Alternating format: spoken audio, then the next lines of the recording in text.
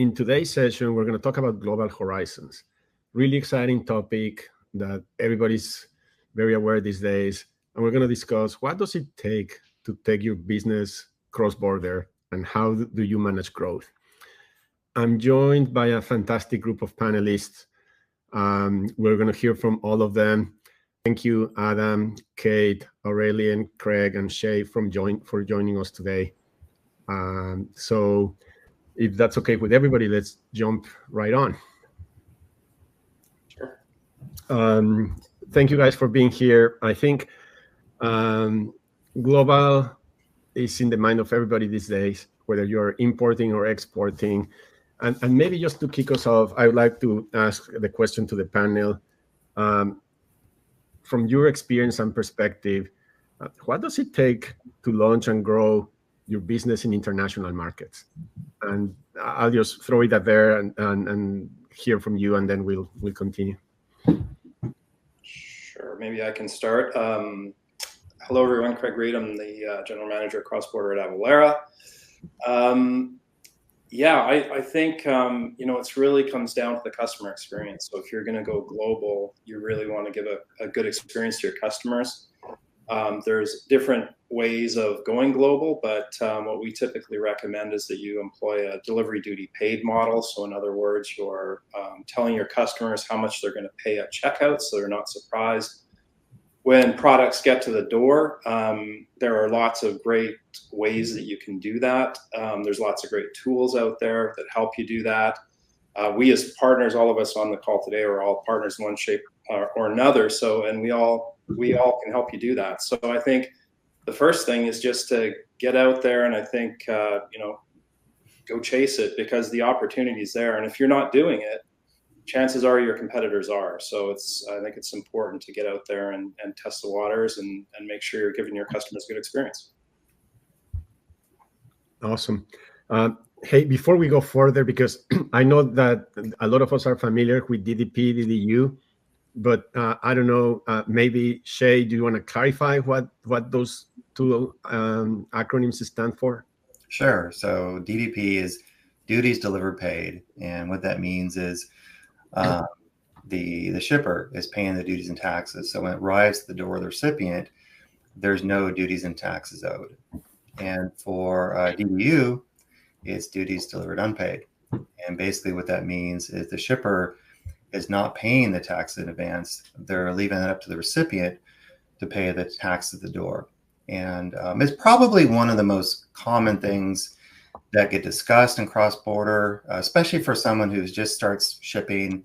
Once they go beyond price and tracking and kind of the basics of choosing carriers, the next big hurdle for them, other than the products they sell, is whether they should do DDP and DDU. And there's a lot of different pros and cons to DDP and DDU. Most people in the industry would tell you DDP, most purists would tell you DDP is a better solution, because it takes away a lot of the burden on the recipient to deal with the duties and taxes during that collection process. But DDU is also the easiest one to do in many ways. So a lot of new shippers will focus on DDU because they don't have to worry about a lot. They kind of leave that responsibility to the recipient. And so it's definitely not like a 90-10 rule. It's closer to 50-50 in terms of DDU and DDP. And that's because it's mostly a question of who's going to do most of the work. Is it going to be on the recipient, or is it going to be on the shipper? So most people in the industry, they like DDP because they want the shipper to deal with that in advance versus any frustrations that may be at the door. Yeah, if I can just maybe tack onto that. And you can have your cake and eat it too, actually. So a lot of our customers will actually do both DDP and DDU. But what you can do is at checkout set an expectation. So even if your customers, and I'm in Canada, by the way, I'm in Toronto, and Canadians are famous for wanting DDU because the post is not very good at collecting. So we like to choose DDU, but it's good to give your customers an expectation of what they're going to pay. So you can also do that. So you can say, hey, you can choose DDU, but here's what you may have to pay upon delivery. So you can give your customers a good experience, even if you choose to use DDU. Aurelian, from your perspective, I mean, you guys work with a lot of small business on your platform. What would you recommend the small business tackle and think about when they're thinking about international growth? Oh, well, thanks for that question. I think it's to not to not overthink it or be scared of it. This is something that's done. It's done every day. Merchants have overcome this. So this is not something that you should be scared of, but you do need to align yourself with good partners and good solutions out there. And there are the good expertise that they can bring to help you overcome this and just start. I think even, especially if you're smaller merchants, that's what a lot of merchants that we see, they are tend to be, we have them as they just start their journey into e-commerce and as they scale up. But this is just one of those steps that you just need to not be too scared of and just go ahead and do. Maybe Adam, you work also a lot with small business in your role as advisor. Like, what questions do you get? Where do you point your small businesses for help? And especially on what Aurelian just mentioned about getting confidence and just do it. Yeah, I was going to say, kind of building off Aurelian's point, just having the right systems in place can, make a big difference. So when I'm talking to people, if, they're expanding, shipping into other countries, having the ability to, see everything in maybe non-English, maybe there's multiple languages that we need to go ahead and be able to support and manage. I come from the accounting world, so there's always, accounting and compliance and reporting that we need to be aware of. So, utilizing some systems to help make that process kind of as clean as possible is something that, there's systems out there, there's solutions out there to help folks, make it a lot more attainable to grow and scale. And to Aurelian's point, kind of just go for it. Awesome. And Kate, you run an association that helps with a lot of these. Like what are you hearing from your members? What's your perspective on this? Yeah, thanks, Rafa. So as noted, I'm the executive director of a trade association called International Mailers Advisory Group. And because most of our members are the service providers or the solutions providers, they have to look at it both from a macro and a micro perspective. And I think one of the best things I think Adam and Aurelian in particular kind of hit on, and Craig, is when a company is ready to go global or they're already global, one of the best solutions is to rely on a service provider or a solutions provider, because they're going to know how to do a lot of the things that may be a little bit off-putting to a small company that wants to expand globally. But one of the things we've seen at sort of a macro level is that consumers around the world are more and more comfortable shopping from across borders, shopping from a retailer that isn't in their country. And so what we've also found is by using service providers, and a lot of the marketplaces and online retailers are also very good at this, is making the experience as close to a domestic delivery experience as possible. And when you remove that friction, you just open up the possibilities of expanding globally. And even if you don't, I think it was Adam who said kind of doing in the right language for the country, having your website set up so that it's easy, knowing kind of how people pay. Some folks are comfortable online paying with digital tools, all of those things that you need to know. But there are just so many solutions providers out there. I think just finding the right partner is a really great first step, and they can take away the friction for you as a way to make it as seamless as possible, and as much for your ultimately the end user customer to be like a domestic buying experience. All of you guys mentioned partnerships in your perspectives, but I'm thinking from the point of view of a small business. I'm small. I have time is my most valuable resource. How do I find those partners? Like, what do I need to do? How do I find them? Who do I look for? Any ideas on how to get started? I think, in our case, we partner with a lot of platforms. So I think, you can talk to the platform you're working with. I mean, Aurelian works with Woo, and we work with Woo. So that's a great place to start. I think is with the platform that you're working with. So, check what's available through your platform, and I think that'd be a good place to start. Yeah, and the other advantage of looking, first with your platform and expanding from there, like starting your search with your platform, is that one of the aspects of getting set up is some of the technical integration that you may need to integrate with that third-party partner, and therefore you're kind of especially, there's always a huge advantage of already working with a partner of your platform that has already done that integration. Otherwise, it can obviously be very hard to even do it if it isn't the case. So already your platform, by just looking at that criteria, you're doing a smart short list of partners with who you should be considering, because they are already working with your e-commerce platform, and you want to be on a technical stack that is compatible with your e-commerce platform. Yeah, and they really are good advisors, because whether you're working with a shipping technology provider, whether you're working with a marketplace platform, ultimately their goal is to reduce as much friction as possible for you to ship, right? So they're going to vet out the different opportunities for you out there. They're going to look at other opportunities to think about, whether it's, looking for a tariff code, or whether it's how to cleanse your addresses and so on. And so they're there to make it easy for you, right? And if you look at historically the last, say, 20 years, amazing improvements from those providers, and especially in cross-border. I mean, domestic's a little more simplified. You have a weight, you're tracking some basics, but with cross-border specifically, they've done a really good job of trying to make it as easy as possible in terms of required fields, required data, for you to have as much as you can. I mean, it's not a guarantee, a frictionless shipping experience with cross-border. So they're great advisors. One interesting topic that you guys also just mentioned was trying to make that cross-border experience as closely aligned to the domestic one as possible. What are brands doing to achieve that? I mean, it sounds easier said than done. So what are best practices? What do you see in the market that works? How can people learn from this?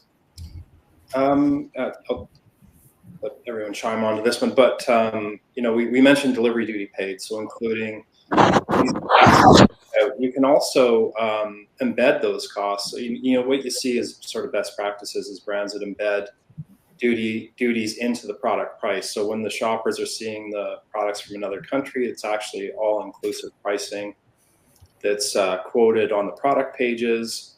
And then when they get to checkout, they have the shipping options clearly laid out for them. The shipping options are reasonably fast. The 5 to 7 day range is typical, even faster if it's like Canada or something nearby. And then, following through on tracking and the delivery promise and making sure that they have a good experience. So, I, as an international customer, that's what I kind of look for. So, you go through checkout, what you're going to pay, and you get track and trace information that's very detailed and very up to date. And, it closely mirrors a domestic experience. So that's what I typically look for. Yeah, I was going to say to just build off of Craig, I think visibility is absolutely key, and that people can see it every step of the way. And one of the things from, again, our members who are service providers say, what is so essential is being able to manage expectations. So basically, if someone's ordering something and it's going through sort of more an economy service, and they expect it to be, even if it's coming to the US from Canada, and they expect it to be 7 days because that's what they paid for, if there's a delay, they just want to know why, or they need to know where it is in the delay process. And that's one of the things as an association we try to do, is keep them alerted to service issues, open a conversation, say with Canada Post, and it's really like the members say, the service providers and the consolidators and the solutions providers say, if we can just manage expectations, tell the customers, there's a strike in Canada or whatever it is, then I don't mean to pick on Canada because it happens all over the world. But if there's a customs slowdown in Brazil, now we know why. And it's not like we've been forgotten. So I think visibility is so key, and managing expectations. And then, of course, being available for a customer service piece. And I think that's what so many of these particular consolidators do so well. They kind of set themselves apart on that customer service portion. Kate, since you just brought up the point about traceability and certainty, we live in a world that has none of that right now with all the tariffs and changes. So let's start with you, and let's hear from the members of the panel. Like, how can customers get comfortable with managing all that uncertainty? Yeah, I mean, it is. I every year we kind of say, we've never had anything like this. We said it about the pandemic, we said it about coming out of recession years ago, and now we're saying it about all of the executive orders. And I think the one you're sort of alluding to, Rafa, is yesterday's announcement or yesterday's executive order that will end the de minimis exemption for the entire world. And for those who may not be quite as familiar with the terms, de minimis is the threshold under which the value under which goods can come into the United States duty-free, tax-free, and with relatively simple entry procedures. And that de minimis exemption, that process ended for China and Hong Kong back in early May. And on August 29th, that will be the end for the rest of the world coming into the US. And the executive order, as some of us have discussed prior to this call, is very confusing, has a lot of question marks, and we still don't really know the full process and procedures until Customs and Border shares that in a rulemaking of some kind. So there's things like that that are very confusing. There's other things going on in other parts of the world, like the European Union with their customs reform and ICS2 security. So it really does sort of behoove you, again, to lean on your service providers and solutions providers who are going to be sure, and the tools that all of you offer to kind of help you get through that process.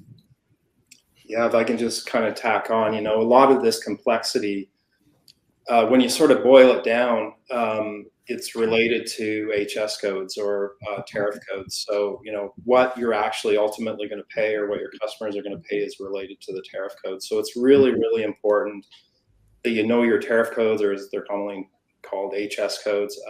Every country has a different version. They're common up to 6 digits, but every country appends another typically 4 digits, as is the case with the US. So it's important that you know that country level code so that you can get an accurate duty rate. And that's that kind of compliance complexity is actually why we exist, because it's very, very difficult for the average company, and especially smaller companies, to keep track of all this stuff. I mean, it's we've got teams of researchers who keep up to date with all this stuff, and it's taxing even on them with the pace of change that we've seen over the past 7 months. So it really does make it difficult for a smaller company, but still you're required to have that information, right? It's not like you get a break because you're a smaller company. No, you have to put that information on the customs form. And as Kay was mentioning, with the end of de minimis, that means that everything now requires tariff codes and correct country of origin, correct declared value. And de minimis levels are different for every country in the world. So you need to also know what your de minimis levels are for all the different countries in the world. And that's why, keeping track of that's very difficult. And again, why we do what we do. But there's help out there is the long way of saying it. Sorry, go ahead. I was gonna say, just kind of building off Craig's point too, I work with a lot of small businesses, and a lot of times that are coming to, NetSuite or, a solution like us to say, hey, we need to stay nimble. Like, everything out there is changing. It's changing fast. We need to track everything. We need to stay compliant. And kind of like Craig was saying, like, there's solutions out there to help with, shipping automation, with, tariffs and tax and all those calculations and duties that we need to go ahead and track. So I think just really, taking advantage of the tools that are out there to help automate as much as possible and help companies stay nimble, just because with, the world today, everything is it's changing so fast. And if you don't have tools in place, there, we see a lot of folks are spending a ton of time tracking it manually, losing time when, there's a lot of tools out there to help automate that and then give them, some time back to figure out where they want to grow into next. Yeah. One more point I'll tack on that is that the CBP especially has gotten a lot more vigilant. So, where things used to flow through without a lot of scrutiny beforehand, that's changed pretty dramatically. So, they are on the lookout. And typically when we do reviews of customers' HS codes, we find that they're often very outdated and inaccurate. So, I would caution you that if you have HS codes that are kind of historical, they may be out of date. You should probably make sure that they're correct, especially in today's environments. That's a good call out for small business. I don't think everybody's aware of those changes, so appreciate that. Shay, you were going to add something to this as well? Yeah, I think it's important to focus on what you can control, right? So if you're shipping to a market and you're dealing with, this frustration of new taxes or increasing taxes, well, guess what? They have taxes in their domestic markets you're shipping to as well. It's not a novelty for them. So focus on the things that you can control. And the things that you can control the most is your cost of shipping, right? When you look at international shipping, there's a big disparity in price between speed. And if you look at the domestic market, 1, 2, 3 day, there's not a lot of, play in there. You can go to a 2 day. It's not that much more expensive than a 3 day, but international shipping, it is. If you look at a 1 to 2 day international service compared to a 6 day, it's a massive change of price. And so if you're out there with the domestic mindset of what shipping means to you, you have to get comfortable with international shipping. A 6 to 10 day product is very common. In fact, most people ship within that timeline, and most recipients are used to that kind of speed level. And if you are focused on cost and you can control your cost of shipping, as well as I think Adam mentioned the cost of your goods and other things that you can control, if you're taking those into play and you're more focused on the things that you can control, then you're going to have a better chance for success instead of just like putting your hands up in there and saying, well, I can't deal with this. All these taxes are frustrating. It's hurting my business. Well, no, focus on the things that you can control, because there's a lot of room for you to save money for yourself and the shippers when it comes to international shipping. That's a great point. I think, at least from what I hear talking to small business, is like, it's scary, it's expensive, but I think what you guys just said is not that scary.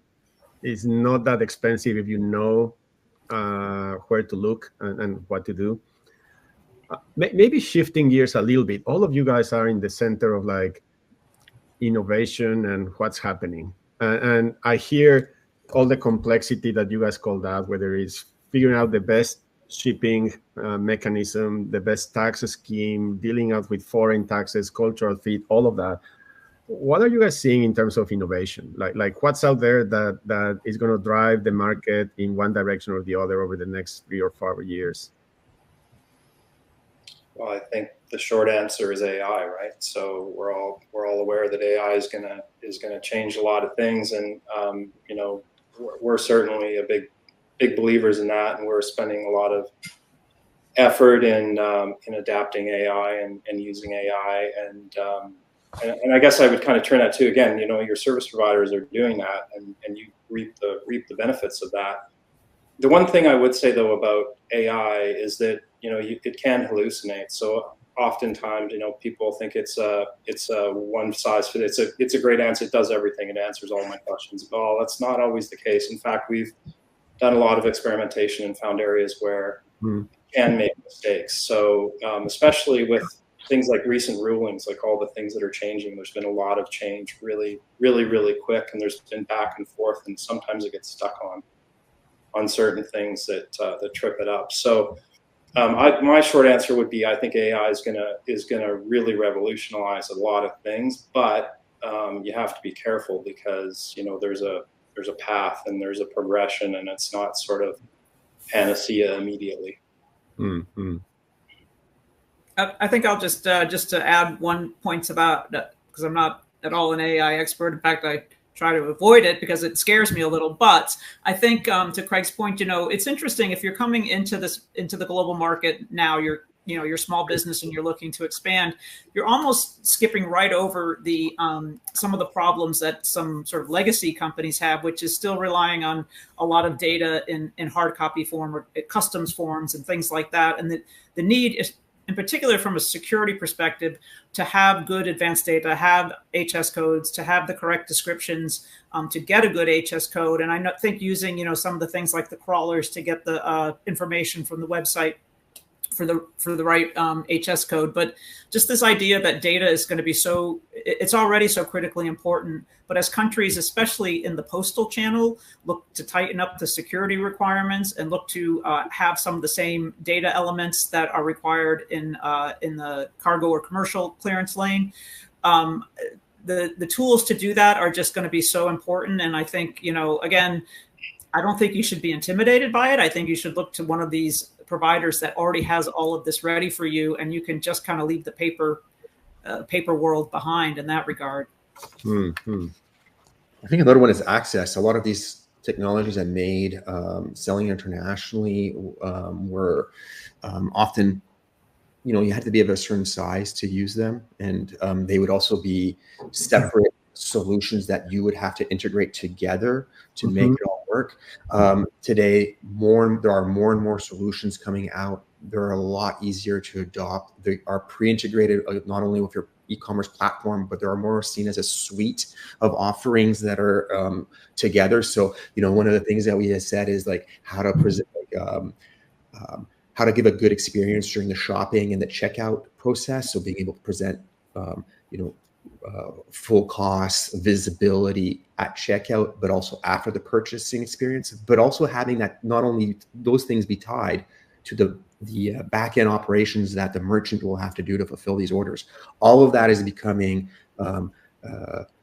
merging, consolidating, and automated, and into one suite that is accessible to merchants on day one when they ever want to turn it on, and for prices that are affordable and scalable as they grow. And I think that didn't exist several years ago, and you're now just seeing more of that. And I think it's probably a really good thing because we're just seeing more and more cross-border business. What won't change, though, is that somebody has to get your package there. So I think Shay said that there's been a lot of advances in moving products across borders. And, I've been doing this for 25 years. And when we first started out, we had to create it. Like, it just didn't exist. It was really, really tough. But now there's some great services that are available. And I think that's only going to continue to improve, especially as volumes increase. Volume increases allow prices to drop. It allows speed to increase. So that's one thing that can continue to improve is the delivery experience for an international customer. Shay, any innovation on the delivery, shipment, carrier world that you are seeing or foresee in addition to what we just discussed? Oh yeah, it's it's really interesting because when you find friction like this, the other side of the friction is innovation, right?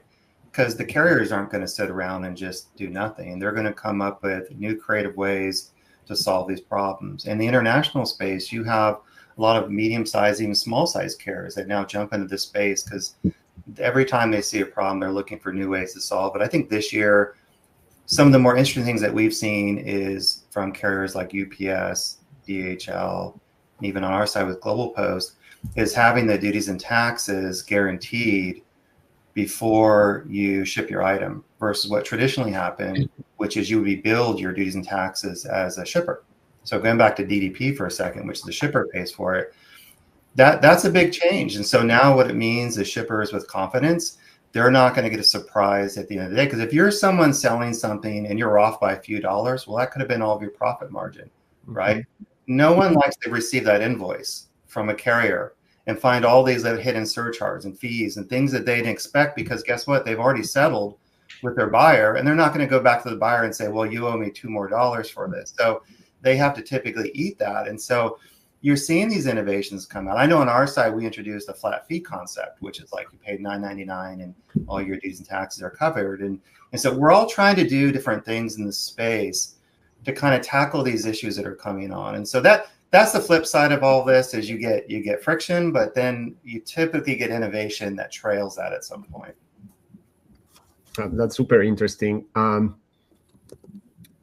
Listen, we're coming almost at time, but I want to have you guys waiting on one last question, and I would love to hear a brief answer from all of you.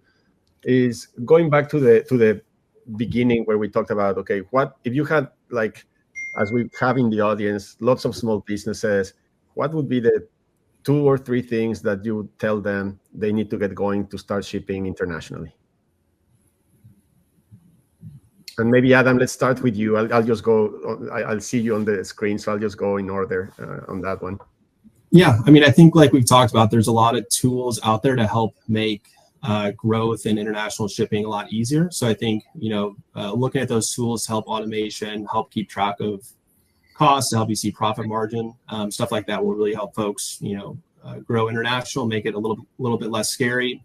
And then just help you see how profitable you are and help you, continually strategize, as you expand. Awesome. Kate, what would you tell the small businesses? I think I would say, you can always start. You can always start small. You can pick a lane or two that you are really confident. Look at your own data, see where you think your best opportunities are. Obviously, if you're in the United States, you'd look at Canada, I would imagine, and vice versa.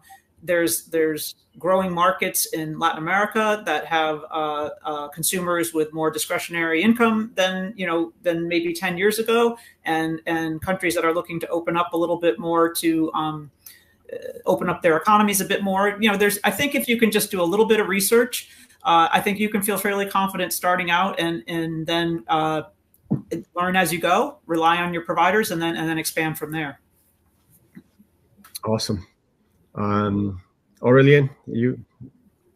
Well, I would say the first thing is the challenge of international commerce is commerce, and if you're already selling domestically, you're already winning. So you already have a product, you already have a website, you already know how to get customers, you already know how to handle taxes. So you can do this. You've done this. And the second piece is also what I would say, an advice on the cross-border is don't ignore taxes. I think too many merchants, especially, see that as complicated and just ignore it. And I think that's a mistake. It might require a bit of effort at the beginning and demystify things, but finding some of these partners that are out there that have solutions, and spend a bit of time, do it right, get set up, and don't worry about it afterwards, because you're not in the business to collect taxes. So you want to find an efficient way of doing that, but you need to do it. Don't ignore it. Yeah, be confident and just do it. Shay? Yeah, I know we talked a lot about getting help from partners and technology providers, but there's still stuff that you have to do as a shipper. And I think the most important thing that you could do is be transparent, right? And there's things that some of those software providers can't do for you. And that includes making sure that you do the research to get a tariff code for your products. That's transparency. When you describe your goods, be thorough. It's just not a t-shirt. It's a men 100% cotton t-shirt, maybe short sleeve, right? And the last is the value of your goods. Don't undervalue the goods thinking you're going to cut corners with customs. That's going to get you in the end. So you own transparency. And believe it or not, if you do a great job with transparency, you're going to improve your chances of clearing customs. You're going to reduce friction on delivery. Everything's going to be a little better. But that's something you have to own and consider when you're shipping internationally. Craig? Yeah, just to kind of pick up on what Shay said, I completely agree on transparency. I mean, to me, it's like, be compliant. You need to be compliant because governments globally, not just CBP, are becoming much more vigilant. They have better tools. They have better processes to scan and screen for products coming in. So make sure you're compliant. There are tools out there. Don't be scared. We can help you. Other companies can help you. You can get it right, and you can give your customers a great experience. But you do need to be compliant. Yeah, I agree with all of you. And if I may add my own reflections after listening to all of you, I think my takeaways are three: is if you're doing commerce, you're already winning. Be confident and don't hesitate to go out. The second was, embrace the complexity, work with your partners. There's a lot of partners in this call that you guys can reach out to. They know what they're doing and they can help you guide you through the motions. And number three is this concept about transparency that Craig and Shay just highlighted. I also believe that your points around automation, innovation, AI, probably help the small businesses more because they level the playing field. So I would also encourage people to embrace and learn how those tools can help them grow their business. So with that, I know we could be talking about this for a long time, but we have limited time today. I want to thank the panelists for their great insights and spending time here with us. And thank you everybody in the audience for joining. I want to remind people in the audience that next up is our automation demo. This is super exciting. We're going to be showcasing some of the latest automation tools, and also we're going to be offering special prices that are not available everywhere. So you can go and look at the demo and learn more about how you can benefit from this. Thank you, everybody, and that's a wrap from our end.